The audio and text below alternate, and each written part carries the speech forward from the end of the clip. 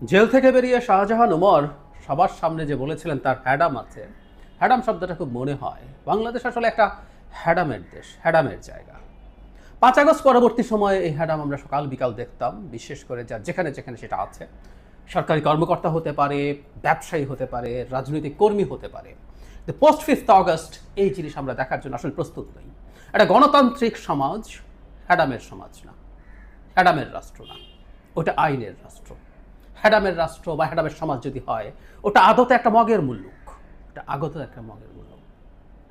একজন পুলিশ কর্মকর্তা রাস্তা বন্ধ করে দিয়ে বাড়ি থেকে গাজীপুর যান, মানে কোথায় আমরা এখনো পড়ে আছি। এবং শুধু সেটা না, তার মন্তব্য, তার কাছে যখন এই প্রসঙ্গে জানতে চাওয়া হয়েছে, সেটাও খুবই ইন্টারেস্টিং। আমার মনে পড়লো এই তার মন্তব্য শুনে, আওয়ামী লীগের সময়ই প্রথম আলো একটা রিপোর্ট করেছিল এসপি লীগ নামে এক পুলিশ কর্মকর্তা, তিনি তখন আরও সিনিয়র, কিন্তু একটা জেলায় এসপি থাকাকালীন সময় থেকে ওই জেলার রাজনীতি নিয়ন্ত্রণ করেন। তার নিজের একটা গ্রুপ আছে এবং ডিএমপিতে বসে বসে তিনি রাজনৈতিক দলগুলোর নেতাবৃন্দ কর্মীদের সাথে যখন দেখা করেন, তখন প্রতিবেদক বসে আছে। প্রতিবেদক তাকে জিজ্ঞেস করেছিল এবং তিনি অকপটে বলছেন তিনি সুস্থ ধারার রাজনীতি, যারা ভালো মানুষ রাজনীতিতে আসতে চায় তাদেরকে তিনি সাহায্য করেন। একজন প্রজাতন্ত্রের কর্মচারী আওয়ামী লীগের কমিটি তৈরি করে দেন এবং সেটা তিনি ওন করেন। ঠিক একই রকম টেন্ডেন্সি, একই রকম প্রবণতা আমরা দেখতে পাচ্ছি। রিপোর্টে বলা হচ্ছে ঢাকাগামী উড়াল সড়ক এখানে 24 আগস্ট সকাল 10টায় প্রথম আলো প্রতিবেদক গিয়ে দেখে যে ফ্লাইওভার আছে, সেখানে ওঠা বন্ধ করা আছে, নিচে সব গাড়ি অপেক্ষা করছে, কারণ কমিশনার আসছেন। তিনি আসবেন, সেই কারণে ফ্লাইওভারে কোনো গাড়ি উঠতে দেয়া হয় না, রাস্তা ফাঁকা করে তিনি সেখান দিয়ে যান। তিনি ঢাকায় থাকেন, গুলশানে তার বাসা, সেখান থেকে গাজীপুর যে তার অফিস, উনি গাজীপুর সিটি কর্পোরেশনের কমিশনার। তিনি সব সময় যখন যাওয়ার সময় যাওয়ার দিকটা, ফেরার সময় ফেরার দিকটা 4-5 ঘন্টা করে বন্ধ থাকে। 4-5 ঘন্টা করে বন্ধ থাকে। এবং আরও অনিয়মের কথা আছে, আমি এটা বিস্তারিত যাচ্ছি না। তার যে গাড়ি ব্যবহার করেন, সেই গাড়িটাও সরকারের গাড়ি নয়, ভিন্ন একটা গাড়ি, সেটারও নিয়ে প্রশ্ন আছে, আমি সেদিকে যাব না। বলা হচ্ছে যে পুলিশের অভ্যন্তরীণ প্রতিবেদনেও এটা বলা হয়েছে, মানে তাতে অভ্যন্তরীণ প্রতিবেদনটা এরকম: জিএমপি কমিশনার নাজমুল করিম খান ঢাকা থেকে গাজীপুরে যাওয়ার সময় সকাল 8টা থেকে বেলা 11টা-12টা পর্যন্ত গাজীপুর কলেজ গেট থেকে ঢাকাগামী উড়াল সড়কে করে গাড়ি উঠতে দেওয়া হয় না। আবার জিএমপি কমিশনার যখন তার কর্মস্থল গাজীপুর থেকে ঢাকার গুলশানের বাসায় যায়, তখন উড়াল সড়কের গাজীপুরমুখী লেনে কোনো যানবাহন উঠতে পারে না। এতে চরম ভোগান্তি হচ্ছে। এটা পুলিশের অভ্যন্তরীণ প্রতিবেদন আছে এবং এখন পর্যন্ত সেটা নিয়ে কোনো ব্যবস্থা নেওয়া হয়নি, বা একজন স্বরাষ্ট্র উপদেষ্টাও আছে, কোনো রকম কোনো কিছু করা হয়নি। এবার যেটা বলছিলাম যে তার হ্যাডামের কথা, এনারা আসলে ঠিক ভুলে যান সম্ভবত বাংলাদেশ এখন কোথায় আছে। নাজমুল করিম খান প্রথম আলোর সাথে যখন কথা বলছেন, কমিশনারের নাম, তিনি বলছেন সিম্পল কথা: আমি শুধু গাজীপুরে গেলেই ডিস্টার্ব হয়, সচিব ও উপদেষ্টা মহোদয়রা ঢাকায় যে প্রোটেকশন নিয়ে ঘোরাঘুরি করেন তাতে ডিস্টার্ব হয় না?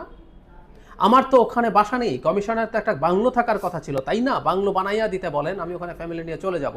একটা বাংলো বানাইয়া দেওয়ার জন্য একটা রিপোর্ট করেন। খুবই ফালতু ধরনের কথা এটা। ঢাকায় উপদেষ্টারা কোনোদিন রাস্তা ফাঁকা করে চলে না, রাস্তা বন্ধ করে ফাঁকা করে একমাত্র প্রধান উপদেষ্টা চলেন। উপদেষ্টা বা আগেও হাসিনার সময়ও মন্ত্রীরা রাস্তা বন্ধ করে যান না, একটা প্রোটোকলের গাড়ি থাকে, সেটা চেষ্টা করে যতটা সম্ভব রাস্তা পরিষ্কার করে রাখার জন্য। প্রোটোকল এক জিনিস আর রাস্তা ফাঁকা করা আরেক জিনিস। কিন্তু উনি বিভৎস ভাষায় তুলনা করছেন, বা তিনি কি মন্ত্রী, মন্ত্রীর কথা বলেন, কিন্তু না, তিনি যেহেতু পুলিশ, ট্রাফিক পুলিশ যেহেতু তাদের অংশ, তিনি সেটাকে তিনি তার বাহিনী মনে করে তাদেরকে দিয়ে এই কাজগুলো করান। আমরা মানে শুধু নিয়ম ভাঙা কথা না, এটা নিয়ে যে ন্যূনতম কোনো অনুতাপ নাই, এই জিনিসটা এতটা প্রকাশিত হওয়ার পরও যে ন্যূনতম কোনো অপরাধ বোধ নাই, এটা আরো ভয়ঙ্কর। এই বোধগুলো সব হাসিনার সময় ছিল। পুলিশের মধ্যে রাজার মতো অনুভূতি, তারাই রাজা না। পুলিশ বাহিনীকে একটা কথা খুব ক্লিয়ারলি বলে দিতে চাই, এটা রাষ্ট্রের একটা আইন শৃঙ্খলা রক্ষাকারী বাহিনী, প্রজাতন্ত্রের কর্মচারী যে আইনের চৌহদ্দির মধ্যে কাজ করবে। এবং পুলিশ বাহিনী শেখ হাসিনার সময় যেভাবে অবৈধভাবে ক্ষমতায় রাখার জন্য ব্যবহৃত হয়েছে, ভবিষ্যতে এভাবে ব্যবহৃত হতে আমরা দেব না। সুতরাং শেখ হাসিনার সময় যে হ্যাডাম তারা দেখাতেন সাধারণ মানুষকে, সে হ্যাডাম তারা দেখাতে পারবেন না। অনতিবিলম্বে এই পুলিশ কর্মকর্তার বিরুদ্ধে ব্যবস্থা নেওয়া জরুরি বলে আমি মনে করি। এবং শুধু সেটা না, আবার সেই পুরনো কথা লাভ হবে না, সেটা হচ্ছে এই স্বরাষ্ট্র উপদেষ্টা, পুলিশের অভ্যন্তরীণ প্রতিবেদন আছে, এতদিন পর্যন্ত ব্যবস্থা নেওয়া হয় নাই কেন? হাজার হাজার লক্ষ লক্ষ মানুষকে সপ্তাহে 5 দিন, শুক্র শনি ছাড়া সপ্তাহে 5 দিন এই দুর্ভোগের মধ্যে ফেলে রাখা হয়েছে শুধুমাত্র একজন মহারাজা ওখান দিয়ে যাবেন বলে। এই স্বরাষ্ট্র উপদেষ্টা কি করেছেন? ব্যর্থতার তো কোনো সীমা নেই। রাস্তায় ঘুরে ঘুরে মানুষের সাথে ফান করা আর সেই ভিডিও অনলাইনে ছেড়ে রিয়াকশন পাওয়ার মতো একটা প্রবণতা দেখছি তার মধ্যে, এর বেশি কিছু তো দেখছি না। প্রত্যেকটা জায়গায় ফেল করছেন এবং ডক্টর ইউনূসও পণ করেছেন, কাউকে সরাবেন না। আমি তো আসলে স্বরাষ্ট্র উপদেষ্টাকে ধরতেই না, দোষ ডক্টর ইউনূসের, কারণ তিনি এদেরকে পদে রাখছেন। বলে রাখলাম, আদৌ কী হবে জানি না, হয়তো এই পুলিশ কর্মকর্তার উপরেই পদক্ষেপ নেওয়া হবে। কিন্তু আমি আবারও বলছি, এই মন্ত্রণালয় কি করছে, এই মন্ত্রণালয়ের সচিব আছে, মন্ত্রণালয়ের উপদেষ্টা আছে, কি করছে? এত দিন ধরে যে ঘটনাগুলো ঘটছে, পুলিশের প্রতিবেদন থাকার পরও বাংলাদেশকে সঠিক পথে আসতেই হবে।